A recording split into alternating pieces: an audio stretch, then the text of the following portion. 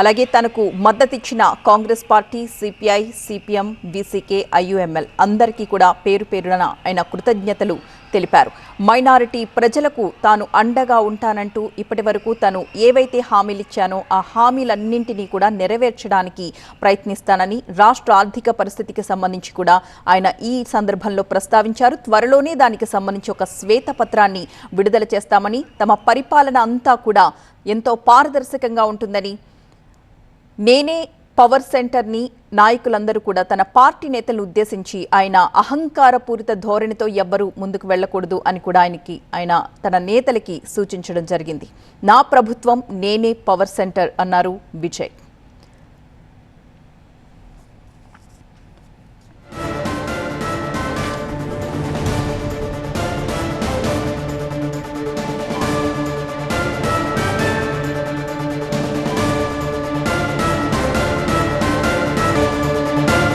తమిళనాడు సీఎంగా విజయ్ ముందుగా 3 ఫైల్స్ పై సంతకాలు పెట్టారు.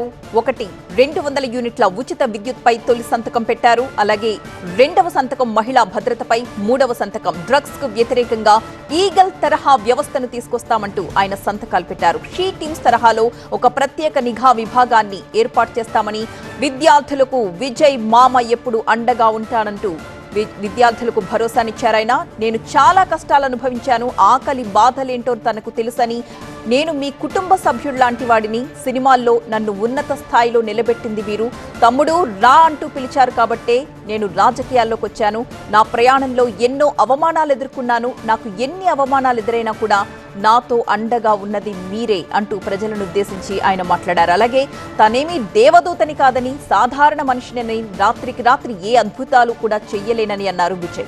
ఏది సాధ్యపడుతుందో అదే చెప్తాను, అదే చేస్తాను అన్నారు విజయ్. అలాగే రాష్ట్ర ప్రభుత్వ ఆర్థిక పరిస్థితికి సంబంధించి కూడా ఈ సందర్భంగా ఆయన వ్యాఖ్యలు చేశారు.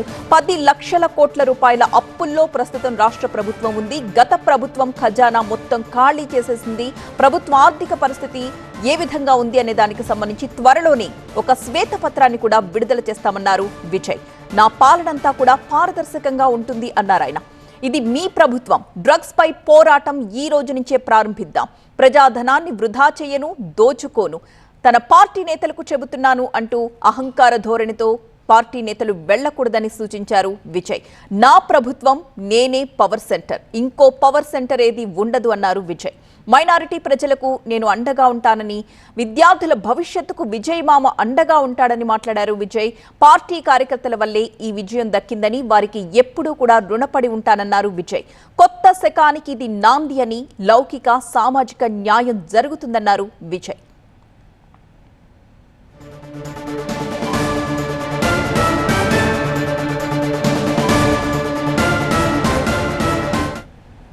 விஜயனும் நான்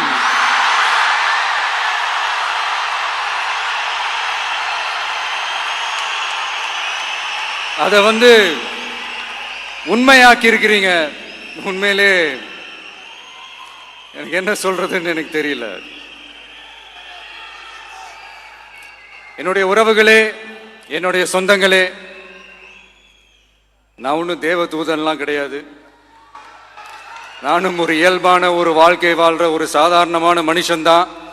நான் முன்னாடியே சொன்ன மாதிரி அது செய்வேன் இது செய்வேன்னு பொய்யான வாக்குறுதிகள்லாம் கொடுத்து உங்களை நான் ஏமாற்ற மாட்டேன். எது சாத்தியமோ அது மட்டும்தான் நான் செய்வேன். இம்மிடியட்டாக உங்கள் மனசில் ஒரு கேள்வி ஒன்று வரலாம், அப்போ சாத்தியம் இல்லாததை செய்ய மாட்டாங்களா, செய்ய முடியாதா அப்படின்ற ஒரு கேள்வி ஒன்று வரலாம். இத்தனை கோடி மக்கள் என் கூட இருக்கும் போது எது வந்தாலும் பார்த்துக்கலாம், என்ன வந்தாலும் பார்த்துக்கலாம்.